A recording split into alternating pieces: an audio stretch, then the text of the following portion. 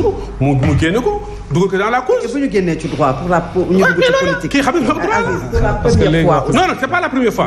c'est pas la première fois. mais da nga may bàyyi ma placer samay questions. mais c'est pas la première fois dama bëgg a wax ne maanaam arrestation yi aujourd'hui ci li nga xam ne dañu far ci benn camp.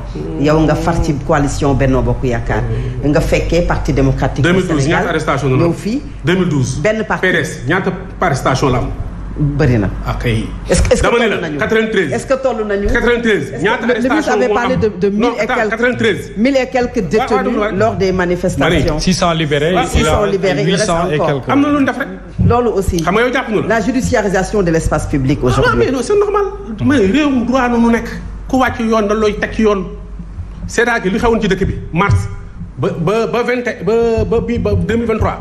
yéen ñëpp gis ngeen ko. mais li fa xew aussi mosuñu ko gis ah. parce que des gens se sont levés pour faire tomber la République. La République a été insultée, piétinée, la justice insultée, les magistrats insultés lu muy bañ dégg. tey jii bu ñu amee benn décision bu neex ñu ne maa ngi saluer lu magistrat bi wax. mais Abdoulaye faire tomber la République mais yomb ni nga koy waxee. yomb loolu tamit mais ni nga koy waxee yomb faire tomber la République. ni nga koy waxee yomb loolu tamit. est-ce que am nañu les outils et les moyens nécessaires pour faire tomber une république quand même. toogul fii nee na j'ai les moyens de rendre ce pays ingouvernable. mais état tamit on a un état quand même. on a une république oui. Macky Sall dana jël sa mbakkan wala jël sa mbakkan. je vais mobiliser les jeunes sortir qu'ils ne traînent dans la rue de faire comme Samuel Doe. am na wala amul. mais qu'est-ce que les gens veulent? Que l'État croise les bras. Parce que ñoom dañu def erreur ils ont confondu le président l'État et le gouvernement. yow xam na ko. bii wax na ko je n'ai jamais déjeuné avec l'État. L'État c'est le monopole de la puissance. et le monopole de la violence légitime. fii ku fi wàcc yoon da la koy teg. Pastef ces dernières années là a foutu le bordel dans ce pays là c'est ça le mot il faut le dire. et alors que ñoom juristes très renommés à côté d'Ousmane Sonko il y a des déclarations Ousmane Sonko def en tant que juriste tu dois le condamner. tu ne l'as jamais condamné. vous l'avez poussé à l'abîme. maintenant seen théorie yi mënu ko fi génnee. théorie yi ngeen def yi mënu ko fi génne parce que bi wees na mbuus. tant que woowuñu ko laa la wax ni atte ko. daan ko woon nu bañ ko daan état bu mu nekk du dañ. du mën bokk ci élection. il perd tous ses droits civils et politiques. et Ngouda désobéissance bi nga xam ne amoon na aujourd'hui est-ce que bu fekkee ne recours yi yéen a ngi dem ci justice dem cour suprême war a dem tribunal instance du nekk lu contradictoire au moment où toll nañ ci benn jamono boo xam ne Ousmane Sonko ci boppam daf ne du wuyu ji du lépp loo xam ne jóge na ci yoon te mu jàpp ne yoon bi tëddeewul njaaxaanaay du ci dem aujourd'hui lan moo changé ba ngeen am confiance ci justice bu Sénégal. xam nga sànq maa ngi wax bu ne man moo wax lan lay jàngale. man damay wax di man j'enseigne le droit constitutionnel. à l'université. d'accord mais j'enseigne le droit constitutionnel. n'est-ce pas. c'est ma 3e grande université nag bu ma koy jàngale. jàngale naa ko Europe dans ça veut rien dire. moi je fais une thèse de droit constitutionnel. écoutez soo bëggee nga ma bàyyi la nga continuer ah non dama lay wax rek non mais de toute façon da nga may bàyyi ma wax soo mënul bàyyi ma wax. ma bàyyi la déglu aussi. voilà mais j'attire ton attention rek. non mais amoo looy attirer sama attention dama laa déglu da ngay yaru déglu ma. allez-y Ngouda. voilà. c'est ma 3e grande université. donc nekkuma fii di wax ni lii laay jàngale wala yow parce que du lu ma la yow laa koy wax doom sama étudiant. beneen bi ci topp mooy désobéissance civile soo ko waxee wala résistance. am na solo mais xam nga boo déggee ñenn ñi di wax un surinvestissement humain et affectif contre Ousmane Sonko tu as l'impression que ces gens-là ils sont là depuis le paléolithique même. pour constater que donc voilà bërki Dembo Ndiaye ñiy wax loolu ñoom ñiy wax loolu fii la ñu taxaw fii wax lu ne justice ñu jàpp leen sur des procédures yoo xamante ne ñoom dañ doon xarab justice ne justice bi baaxul ñun bu suñoo xarab justice bi ñu leen jàppee ci yenn procédure ñoom ñun dañu taxaw nee na yoon def liggéeyam bi ñu bëggee yóbbu ñenn ci ñoom CREI yi ñun dañoo taxaw ni CREI yi juridiction d'exception la ca ña ko doon wax moom ci la bokkoon kon tey ñooñu bu ñu ñëwee moo tax ma ne la c'est les mêmes qui changent de position mais nous nos positions resteront constantes la deuxième chose mooy Ousmane Sonko c'est un enfant du pays muy un symbole africain tey mu neex mu naqari bu ñu neexee mooy li may wax il est l'envol du phénix africain beneen bi ci topp mooy ne ngeen Ousmane Sonko wéy dafa bëgg a faire tomber la République wala yéenay kan yéen a moom la République du Sénégal il faut que ce débat cesse nit ñi gënuñoo ëpp juddu Sénégal nit ñi gënuñoo bëgg Sénégal ñeneen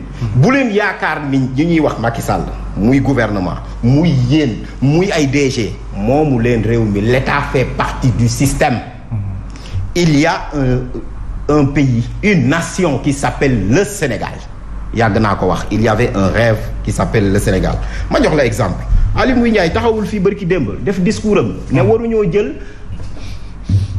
état di ko xeexee contre adversaire politique oui.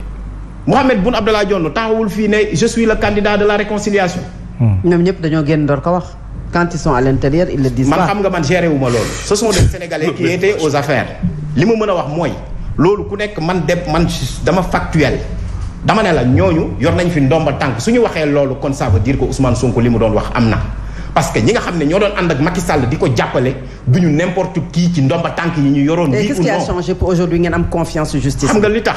oui wax naa la ko sànq. parce que moom loolu la doon wax ma ni ko non nee naa la man je ne vis pas en marge de ce que j'enseigne. li ma gëm mooy yoon moom lay jàngale par contre. mënuma wax ne donc voilà mais kii mais nous aussi.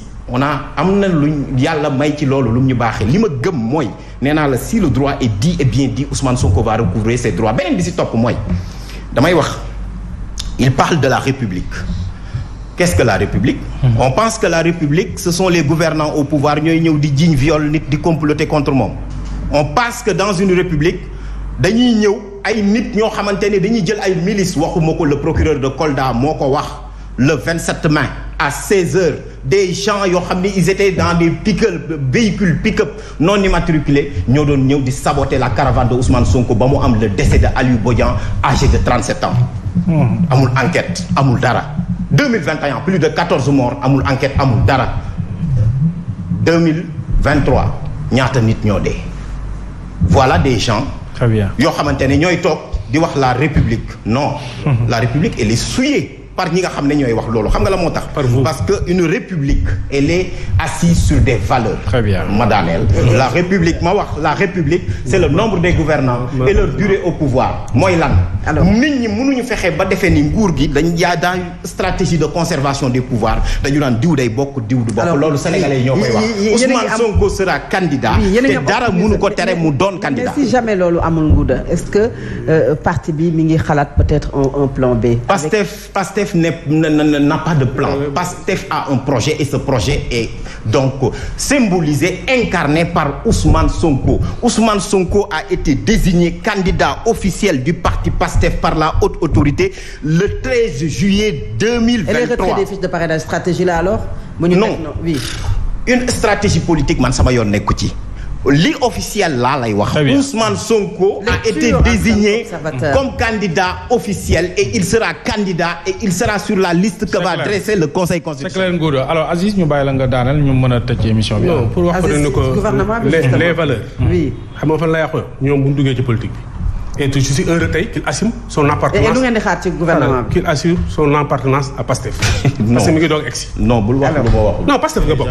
sa waay Pastef nga bokk. mais Aziz pas d'attaque donc valeurs yi mi ngi yàqoo.